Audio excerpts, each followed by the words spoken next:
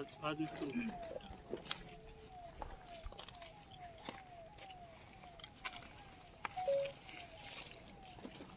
जैन जो आरोपी आहे त्याचा आपण कालपासून शोध घेत होता. आज त्याचा मृतदेह या ठिकाणी आढळून आलाय.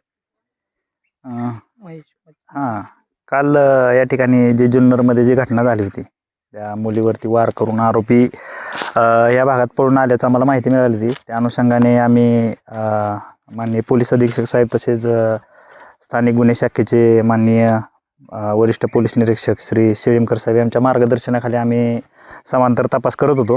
तर कालपासून आम्ही CCTV फुटेज बघत आम्ही आज इथपर्यंत पोहोचलो होतो. तर आम्हाला वरती जे क्षणभर विश्रांती हॉटेल आहे त्या ठिकाणी आम्हाला ती गाडी क्रॉस होताना दिसली सकाळी 9:15 9:30च्या आसपास. हां, गणेश खिंडमध्ये. परंतु ज्यावेळेस आम्ही खालचे फुटेज चेक करत होतो त्यावेळेस ती गाडी खाली क्रॉस झालेली नव्हती. त्याच्या पुढच्या पाठीमागच्या गाड्या मी व्हेरीफाय केलं तर त्या सगळ्या गाड्या खाली क्रॉस झाल्या होत्या, परंतु ही गाडी खाली गेलेली दिसली नाही. त्यामुळे आम्हाला जरा संशय होता की तो ह्या भागात कुठेतरी लपला असेल वगैरे असं. आम्ही दुपारपासून आमच्या टीमसोबत, आमची सगळी संपूर्ण टीम आहे, आम्ही पहिल्यांदा पूर्ण हा घाटाचा सेक्शन असेल, पुन्हा ते पलीकडचा वाटखळ्यापर्यंतचा जो परिसर आहे, जो 5-6 किलोमीटर आम्ही पायी तिथं शोध घेतला, परंतु त्या बाजूला आम्हाला मिळालं नाही. मग साबळे मेजरने आम्हाला बोलता सांगितलं की आम्ही ह्या बाजूला 4 व्हीलर वगैरे येतात, गाड्या वगैरे जातात, ह्या बाजूला बरीचशी लोकं पोहायला वगैरे येत असतात पावसाळ्याच्या दिवसामध्ये. मग त्या अनुषंगाने आम्ही इकडे यायचं ठरवलं. तर पुढं चालत आल्यानंतर आम्हाला त्या गाडीचे मोटरसायकलचे टायर मार्क दिसले. आम्हाला थोडासा डाऊट आला की इकडं गाडीचे गेलेलं दिसते मोटरसायकल. मग पुढं आल्यावर आम्हाला ती गाडी दिसली लावलेली मोटरसायकल. मग ते आम्ही ऑनलाईन ती गाडीचे चेक केलं असता ती गाडी त्याच्याच नावावरती निघाली, महेश मच्छिंद्र डामसेंच्या नावाने. मग त्या गाडीचं त्यांनी दोरी तोडलेली दिसली, तिथं दगडांनी तोडून नेलेली दिसली. मग आम्हाला अंदाज होता की बाबा त्यांनी काहीतरी केलं असेल. आम्ही सगळ्यांनी टीमनी इकडं तिकडे शोध घेतला असता. या ठिकाणी आम्हाला ती बॉडी दिसली. त्यांनी गळफास घेतलेलं प्रथम दर्शनी दिसतंय. त्यामुळे आम्ही मग वरिष्ठांना वगैरे या ठिकाणी माहिती देऊन त्यांना बोलवलेलं आहे, पुढची कारवाई करत आहेत. या कारवाईमध्ये कोणी कोणी सहभाग घेतला होता टीममध्ये? हे आमचे सहकारी आहेत, आमचे दीपक साबळे साहेब आहेत, अक्षय नवले, संदीप वारे, आमच्याबरोबरचे चालक आहेत